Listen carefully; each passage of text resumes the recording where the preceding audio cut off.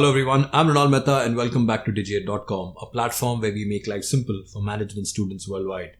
In this video on the subject of retail management, we are going to cover the topic on store design. Please note, store design as a chapter will be covered in 2 videos and this is part 1 of the chapter.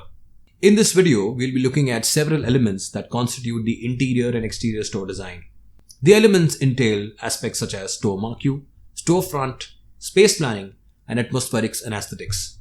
Additionally, we're looking at the case study of how Zara and Starbucks have nailed the element of store design. So now let's start with a brief introduction on store design.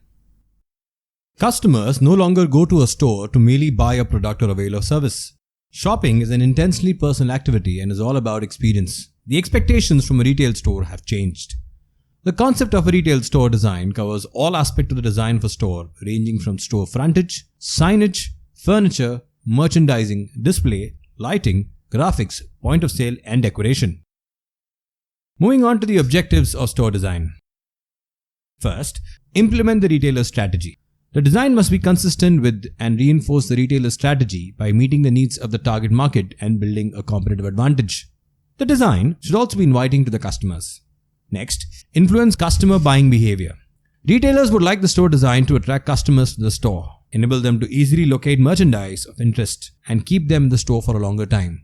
Further, they would like to motivate them to make unplanned, impulse purchases and provide them with a satisfying shopping experience. Moving on, provide flexibility. As merchandise changes, so must a store's image. Thus, store planners attempt to design stores with maximum flexibility. Flexibility can take 2 forms: the ability to physically move store merchandise and the ease with which merchandise can be rearranged. Next, control design and maintenance cost. For instance, the freeform design found in many specialty stores is more costly to construct and maintain than a design involving rows of shelves in a discount store. But the freeform design also encourages customers to explore more of the store and thus increases sales. Moving on to store design principles. First, the element of totality. The entire store has to be conceived as one unit, which draws upon the retailer's very reason for existence, that is his vision and mission statement. At the same time, the type of merchandise has to be kept in mind. The entire store, right from the store entrance to the type of fixtures used to display the merchandise, has to come across as one entity. That is the principle of totality. Next comes focus. The second principle is focus, wherein while aspiring to create a beautiful place for the customers to shop in, the retailer should not forget that the primary focus within the store has to be the product or the merchandise.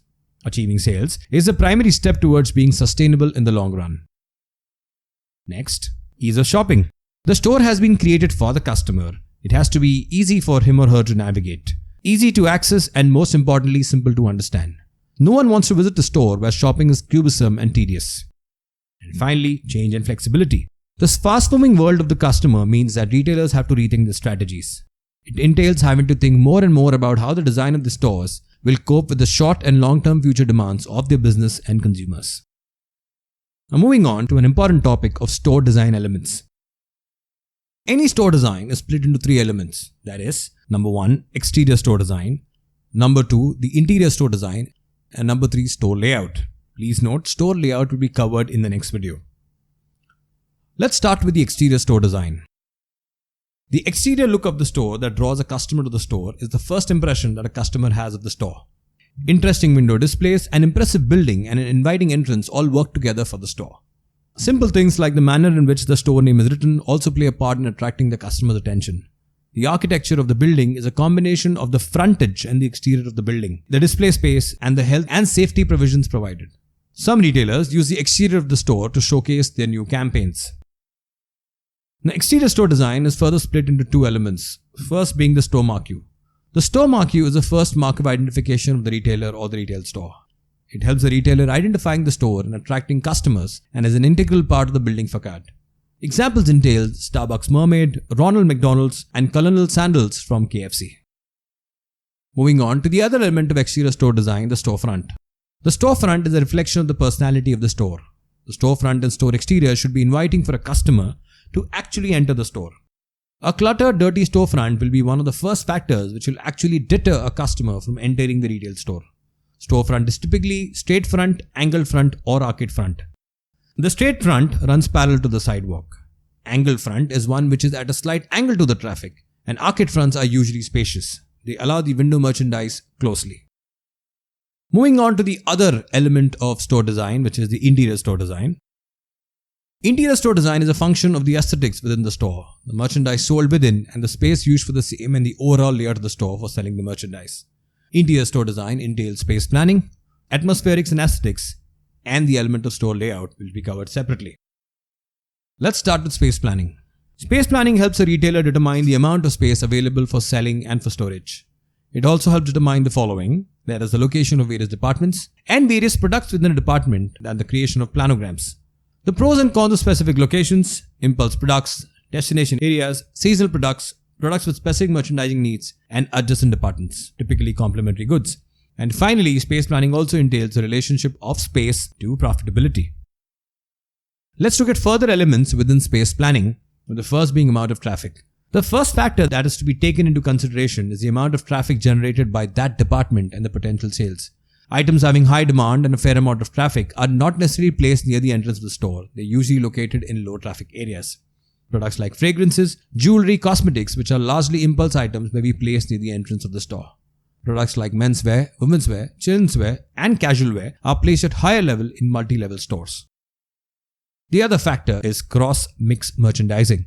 It enables a customer to visualize how various products would look together. For example, in the women's wear section, handbags and footwear and accessories may be placed in a coordinated manner along with the clothes. Retailers very often resort to merchandising similar products together. This enables the customer to efficiently use their time while in the store. Placing similar products together inside the store is called creating a shop interior, anchor area, or niche. This is sometimes called creating a store within a store. Next, trial rooms. An essential element of space planning, especially in apparel stores, is the trial rooms, which have to be budgeted for. It needs to be remembered that this often ignored area of the store is where a customer actually makes a decision on buying the product, especially for an apparel.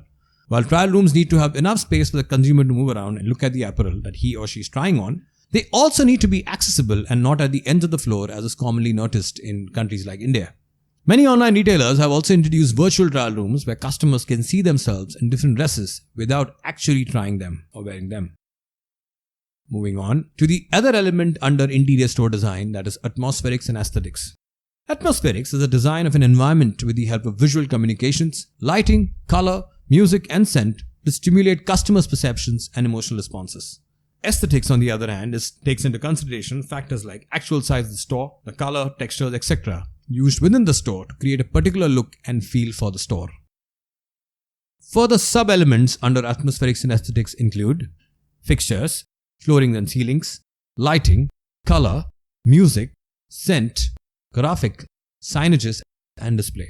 Please note, graphic, signages, and display would be covered in the video along with store layout, which is the next video.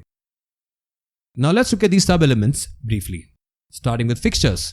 Fixtures are used for storing and displaying merchandise.